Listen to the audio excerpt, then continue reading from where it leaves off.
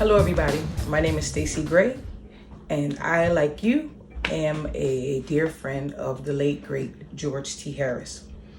Today is April 14th, his birthday, and a few of us decided to get together and share some memories of George. Hopefully they're inspiring, they're motivating, hopefully they can even be somewhat uplifting during these times. But we just thought for his birthday we would come together and share some happy, positive memories and vibes for about George T. Harris. So I met George many years ago. He was working with Harv Pierre. Harv Pierre was an exec at Bad Boy, and he was doing some side projects. And he had hired me to do hair and makeup. And George happened to be on set one day when I was doing hair and makeup. We spoke, pleasantries, kept it moving.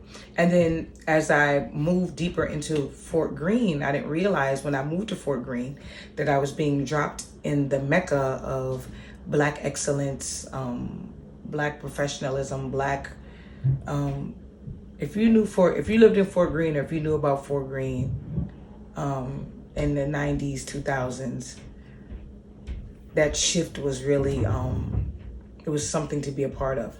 And so in living in Fort Greene, I would see George around here and there. And then he actually started dating an acquaintance of mine. And I never forget, he was working at the Adidas store. And I still have Adidas shoes to this day. Because I used to be a Nike person, but now I'm back into my Adidas. But George had blessed me with so many pair of shoes. But that was a great memory for me. Just how kind he was, and how generous he was, and how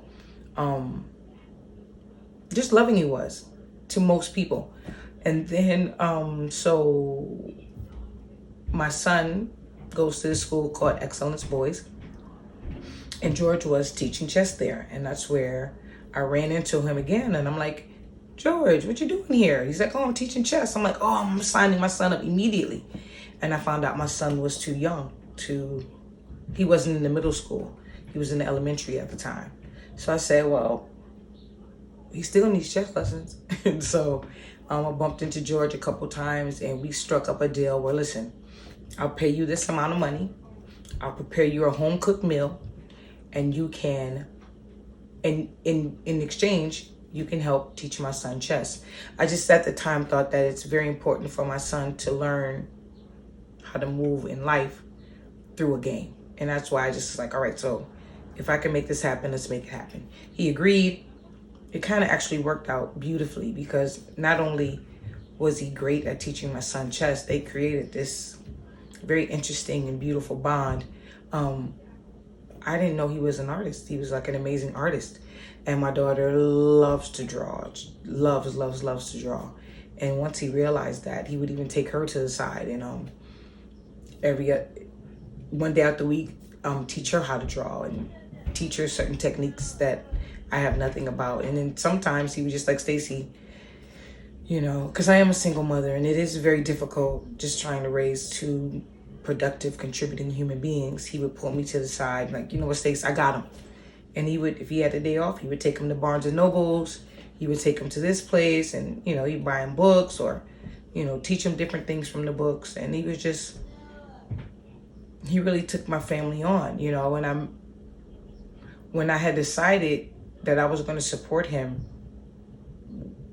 when we found out that he had kidney failure, when I made a decision that I was going to support him, I didn't realize that, I guess in his mind, he decided he was going to support us as well.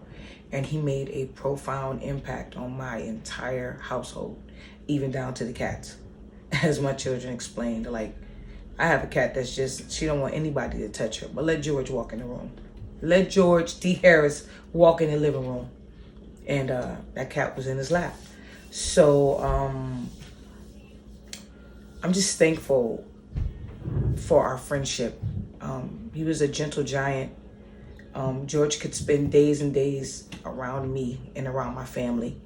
And as a woman, it may not seem like a big deal, but I never felt preyed upon. I never felt like I mean, you know how men can be sometimes. And George never gave, and I've heard this from many women. So he just never gave you an impression that he was doing anything other than giving you good, positive, masculine energy. And it's helped me a lot because I am a social hermit. I could stay in the house and be really to myself. My work causes me to be very social, and I am a outgoing and big person, but I really love the fact that I had someone that I could cook for and entertain and have intellectual, really, really informative and intellectual conversations with. And he always would push me, always, you should do this, Stace, you should do that, Stace, or you should try this. And even when he invited me onto his podcast as a guest, from the day that I came on as a guest, he started like, Sis, you should have your own show. You should do a show. You should do a show. And he would give me all these ideas. He actually gave me the name for my podcast, which is really an awesome name. But I'm all over the place. I have so many memories of George. I'm just trying to throw them all in so you can just kind of, get an idea of why he meant so much to me and my family. But just a very good guy. Very, very honored and blessed to have known him, to be able to support him when he needed, and even when we would have our little tiffs or we would have our little back and forths. It was always love. It was always love. And if you were lucky enough, if you were his friend, you had no doubt in your mind that you were his friend. He was definitely just a great person in Brooklyn. So today, April 14th, a king was born. And that's why we named him the King of Kings County. I just want to say happy birthday to you, George. I think about you every single day in some form or another. Happy birthday. And we'll be doing this every year, more and more every year. I've attached your legacy onto my legacy. So small or large, whatever I can do to make sure that your name is on the hearts and minds of others. It's a small thing, but I'm definitely going to do that for the rest of my life. Thank you again. Everybody who contributed, thank you. And happy birthday, George. We love you. We love you, love you, love you.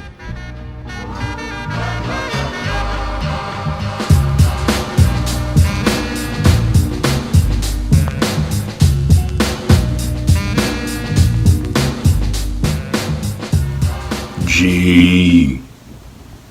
Happy birthday, my dude. Yo. Man. I'm just sitting back and thinking about your celebration, man, that we had for your transitioning. It was such an amazing time. It was just an amazing time, man. Much better than what we're going through right now. You know? It's interesting how the Lord works, man. Just like brings home the people he needs to bring home. Because right now, it's just a bit mind-boggling of the things that we're experiencing. But what I can say is that your celebration was one of the last celebrations that I could remember that was just most memorable. Everybody was there. People were having a blast and having a good time. And your energy was all over the place. There and at both events. It was just pretty incredible. You know, we're missing you, but at the same time, we're all home and we're all just like working through it, you know? We're working through the situation that we're currently in. A lot of us changing the way we live, which is we've had numerous conversations about that, about how we need to change the way we live. And bam, just like that, it happens. People have to be forced to change the way they live, forced to think a new way, forced to love one another, forced to face their problems, situations, realities, you know, family issues, all of the above. They forced to do it. It's amazing how the creator works, man. It is.